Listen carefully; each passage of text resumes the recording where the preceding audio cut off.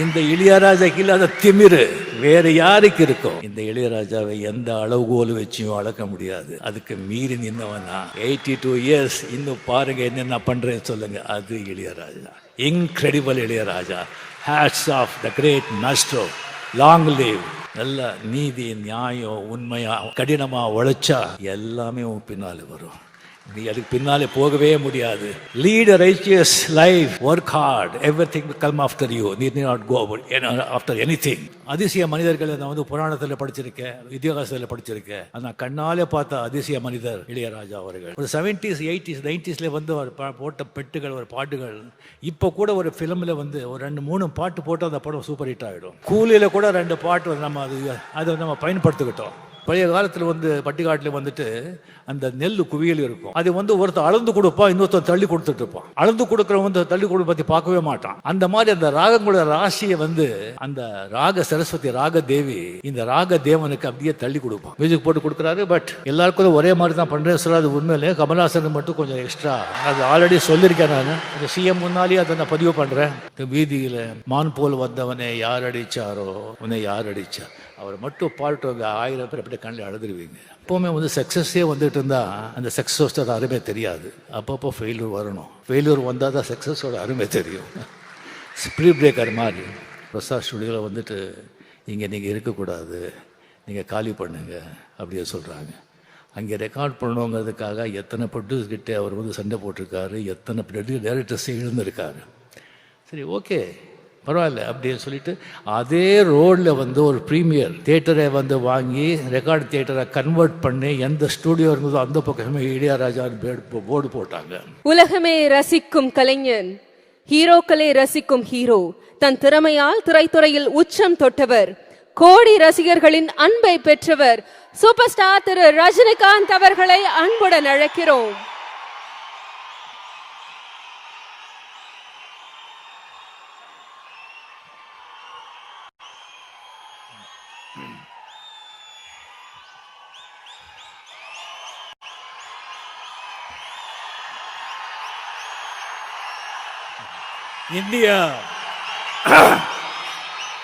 இந்திய நாட்டு அரசியலில் ஒரு நட்சத்திரமாக இருந்து கொண்டு தமிழ்நாட்டு அரசியலில் இந்திய நாட்டு ஆளும் கட்சியினருக்கும் புதிய பழைய எதிர்கட்சியினர்களுக்கும் ஒரு சவாலாக இருந்து கொண்டு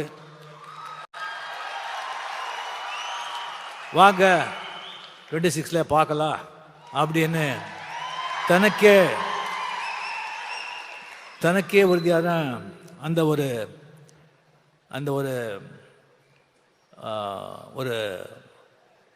அந்த புன்னகையுடன் செயல்பட்டு கொண்டிருக்கும் சிஎம் அவர்களுக்கு, மதிப்புரிய என்னுடைய நண்பர் தமிழக முதலமைச்சர் மு.க. ஸ்டாலின் அவர்களுக்கு என்னுடைய முதற்கண் வணக்கத்தை தெரிவித்துக் கொண்டு, அவர் வந்து இளையராஜா சார் அவர்கள் வந்து எப்போ வந்து இந்த சிம்பனி வந்து எழுதி இது லண்டனில் வந்து ரெக்கார்ட் பண்ண போகிறேன், இது வந்து மிகப்பெரிய ஒரு சாதனை அப்படி அனௌன்ஸ் பண்ணாங்களோ அப்போவே வந்து சிஎம் அவர்கள் இளையராஜா ஸ்டுடியோவுக்கு போய் அவரை வாழ்த்தினார். அது மட்டும் இல்லை, இந்த ரெக்கார்டிங் அவர் முடிச்சுட்டு வந்த பிறகு அவருக்கு ஏர்போர்ட்லேயே அரச மரியாதையுடன் வரவேற்று அவருக்கு பெரிய கௌரவம் செலுத்தணும் அப்படின்னு சொல்லி இந்த ஒரு மாபெரும் விழா, அந்த ஒரு எளிய பிரம்மாண்ட மனிதனுக்கு இந்த ஒரு பிரம்மாண்டமான ஒரு விழா நடத்தி இந்த மாதிரி வந்து அங்கே வந்து சம்பனி வாசித்தவங்களே வந்து இங்கே அரசு செலவில் இங்கே கொண்டு வந்து நம்ம கண்ணுக்கும் காதுக்கும் விருந்து அளித்திருக்காரு. அவருக்கு உங்கள் சார்பிலையும் என் சார்பிலையும் சிஎம் அவர்களுக்கு என்னுடைய மனமார்ந்த பாராட்டியும் நன்றிகளை தெரிவித்துக் கொள்கிறேன். அன்பு தம்பி டெபுட்டி சிஎம் உதய அவர்களே, சுவாமிநாதன் அவர்களே, சீஃப் செக்ரட்டரி அவர்களே, என்னுடைய கலையுக அண்ணா கமல்ஹாசன் அவர்களே, நான் அதிசய மனிதர்களை நான் வந்து புராணத்தில் படிச்சிருக்கேன், இதிகாசத்தில் படிச்சிருக்கேன். நான் கண்ணாலே பார்த்த அதிசய மனிதர் இளையராஜா அவர்கள். இளையராஜா அவர்களே, இங்கே வந்திருக்கும் அரசியல் நண்பர்களே, பெரியவர்களே, தாய்மார்களே, ப்ரெஸ் மீடியா நண்பர்களே, என்னை வாழ வைக்கும் தேவான தமிழக மக்களே, இங்கே நான் சாமியன் கூப்பிட்ட இளையராஜா அவர்களே, அவர்களை வந்து இவரை பற்றி பேசணும்னு சொன்னால் நிறைய பேசலாம். ஆனால் ஒரு நேரம் கருதி சிஎம் அவர்களுடைய நேரம் அது ரொம்ப நான் எடுத்துக்கக்கூடாது. அதுக்காக சில விஷயங்கள் மட்டும் இளையராஜா, அந்த மாதிரி ஒரு இளையராஜா ஒரு இசையமைப்பாளராக உலகத்தில் வாழும் அனைத்து தமிழக மக்களின் ரத்தம் நாரி நரம்பில் வந்து அவருடைய இசை, அவருடைய பேர் ஊறி போயிருக்கு. இப்போ ஜஸ்ட் ஒரு நோட் அடித்தாலும் எப்படி நீங்கள் பிடிச்சி இது பண்ணுறீங்க பாருங்கள். ஒரு 70s 80s 90s வந்து ஒரு போட்ட பெட்டுகள், ஒரு பாட்டுகள் இப்போ கூட ஒரு ஃபிலிமில் வந்து ஒரு 2-3 பாட்டு போட்டு அந்த படம் சூப்பர் ஹிட் ஆகிடும். இப்போ கூலியில் கூட 2 பாட்டு வந்து நம்ம அதை நம்ம பயன்படுத்திக்கிட்டோம். ஸோ அந்த மாதிரி ஒரு அந்த அவர் இசையமைப்பாளர் இளையராஜா அவர்களை பற்றி எல்லாருக்கும் தெரியும். அதை விட ஜாஸ்தி ஒரு மனிதனாக வந்து பெரிய மாமனிதனாக வந்து அவரை நான் பார்த்துருக்கேன். அதுக்கு அவர் மேலே ரொம்ப கௌரவம். ஒரு 1600 படங்கள், 800 பாட்டுகள், 1500 பாடல் பாடியிருக்காரு, 508 பாடு எழுதியிருக்காரு. 50 வருஷம், இது சாதாரண விஷயமா என்ன? சரி, அவரை வந்துட்டு நான் பல விதங்களில் 50 வருஷத்தில் வந்து பல நேரங்களை சந்திச்சிருக்கேன். ஃபஸ்ட்டு நான் பார்த்த 74 வந்து ஜிகே வெங்கடேஷ் கிட்ட ரெசிடெண்ட்டாக இருக்கும்போது, நான் ஃபிலிம் இன்ஸ்டியூட்டில் படிக்கும்போது அந்த ஸ்டுடியோ ரவுண்ட் போகும்போது பார்த்தேன். ஒரு சின்ன ஒரு பையன் அதிர்ஷ்டிங்க பார்த்தேன். அதுக்கப்புறம் புவனாவரி கேள்விக்குறியில் வந்துட்டு ஒரு இளைஞன் இளையராஜா இன்சர்ட் பண்ணி ஒரு நல்ல கிளீன் ஷேவ் பண்ணி அவரை நான் பார்த்தேன். அதுக்கப்புறம் ஒரு நாள் திடீர்னு பார்க்குறேன், கம்ப்ளீட்டாக வந்து ஒரு வேஷ்டி ஜுப்பா போட்டு ருத்ராட்சை போட்டு முடியெல்லாம் வந்து மொட்டை அடிச்சுட்டு வந்து பொட்டோடு இருக்காங்க. ஒரு பார்த்த உடனே நான் சாமியான்னு கூப்பிட்டேன். இது என்ன சாமியான்னு சொன்னேன். இதுதான் சாமி ஒரிஜினல்னு சொன்னாங்க. அப்போலேருந்து அவர் எப்போவுமே சாமியான்னு நான் கூப்பிடுறேன். அந்த மாதிரி வந்து அவர்கிட்ட வந்து ஒரு வாட்டி பஞ்சுவரணாசாமி கூட வந்து ஒரு படத்துக்கு வந்து நான் வந்து கம்போசிங் போயிருந்தேன் ஷூட்டிங்கில். அப்படி போயிருக்கும்போது ஜஸ்ட்டு வந்து ராகங்கள் அப்படி வருது, ஜஸ்ட்டு 6 மணியை தொட்டு அப்படியே கொட்டுறாங்க. அதாவது அந்த பழைய காலத்தில் வந்து பட்டிக்காட்டில் வந்துட்டு அந்த நெல் குவியல் இருக்கும். அது வந்து ஒருத்தர் அளந்து கொடுப்பான், இன்னொருத்தர் தள்ளி கொடுத்துட்ருப்பான். அளந்து கொடுக்குறவன் வந்து தள்ளி கொடுக்க பற்றி பார்க்கவே மாட்டான். அந்த மாதிரி அந்த ராகங்களோட ராசியை வந்து அந்த ராக சரஸ்வதி ராக தேவி இந்த ராக தேவனுக்கு அப்படியே தள்ளி கொடுப்பான். இவர் அப்படியே அந்த ஹார்மோனியம் அப்படியே அள்ளி கொடுக்குறார். அந்த மாதிரி ஒரு இது சில விஷயம் மட்டும் நான் சொல்கிறேன். நேரம் கருது ஒரு வாட்டி எனக்கு வந்து வாங்க ரஜினி உங்கள்கிட்ட பேசணும்னு சொன்னாங்க. என்ன சமாச்சாரம் சொல்லி போனால், இந்த மாதிரி ரஜினி உங்களுக்கு தெரியும், நம்ம பாவதார் அண்ணா வந்து அவர் மறைஞ்சிட்டார், இன்னொரு பாஸ்கர், இன்னொரு அமரன், கங்கேபரன் வந்து அப்படியே அவன் செட்டில் ஆகிட்டான், மியூசிக் பண்ணிவிட்டு டைரக்ட் பண்ணிக்கிட்டு அவன் செட்டில் ஆகிட்டான். அந்த பாஸ்கர் கொஞ்சம் நான் செட்டில் பண்ணணும், நீங்கள் ஒரு படம் பண்ணணும் சொன்னாங்க. சரி சாமி நான் பண்ணிடுறேன் அப்படின்னு சொல்லி டேட் கொடுத்தேன். பஞ்சவர்ணாச்சலம் எல்லாம் பேசிக்கிறாங்கன்னு சொன்னாங்க. சரி ராஜாதி ராஜா படம் இது பண்ணி அதுக்கப்புறம் பார்த்தா ஆர் சுந்தரராஜன் ஒரு பெக்யூலர் டைரக்டர், பெரிய ஹிட் கொடுத்துருக்காரு, பட் சீனெல்லாம் இருக்காது அவர்கிட்ட. அதே ஒரு வித்தியாசமாக இருந்தது. எனக்கு என்னடா இது அப்படின்னு சொன்னால், அதுக்கப்புறம் பாஸ்கர் கம்ப்ளீட்டு படத்தை பற்றியே பேச மாட்டார், வேறு விஷயந்தான் அவர் பேசுவார். அதுக்கப்புறம் எனக்கு ஒரு டென்ஷன் ஆச்சு. அது பஞ்சு சார் ஊரில் எல்லாம் ஏதோ சொந்த காரியமாக போயிருந்தாங்க. ராஜாசாமி கிட்ட பிரசாத் ஸ்டுடியோ போயிட்டு, சாமி இந்த மாதிரி ரொம்ப டிஸ்டர்பாக இருக்குது, படம் எப்படி வரும்னு தெரியாது, இந்த மாதிரி பாஸ்கர் மாதிரி இருக்கார் அப்படின்னு சொன்னால் என்னை பார்த்து சிரித்தார். சுவாமி இந்த கதையை வந்து ஒரு லைன் கூட நான் படிக்கலை, எனக்கு தெரியாது, நீங்கள் படம் பண்ணுங்க, இந்த படம் சில்வர் ஜூப்ளி போகலைன்னா நான் 6 மணியும் தொட மாட்டேன், பாட மாட்டேன்னு சொன்னாங்க. அங்கே யாரோ ப்ரொடியூசர் இருந்தாங்க, இவர் தான் சாட்சி. அது எனக்கு டக்குன்னு அடிச்சது. சொல்கிறது செய்கிற ஆள் அவர். என்னங்க இப்படி சொல்கிறீங்க? நான் சொல்லலை சாமி, அந்த மூகாமிகா அந்த தாய் சொல்ல வைக்கிறான், நான் சொன்னேன், அவ்வளோதான், நீங்கள் போங்க. எனக்கு இன்னும் டென்ஷன் ஏறிடுச்சு எனக்கு. ஓ என்னையா இது? அதுக்கு போய் ஊட்டியில் போகிறேன். ஒரு பாஸ்கர் மார்னிங் வந்து அப்படியே வந்து காதில், ரஜினி நல்ல மழை, இன்னைக்கு ஷூட்டிங் இல்லை, இந்த 2 நாள் மழை, மட்டன் குழம்பு இட்லி அப்படின்னு. அந்த மாதிரி எனக்கு 25 வாரம் என்னடா இதுன்னு சொல்லிட்டு எனக்கு ரொம்ப டென்ஷன் ஆகிட்டு, அதுக்கப்புறம் நானே மென்டலி முடிவு பண்ணியிருந்தேன்.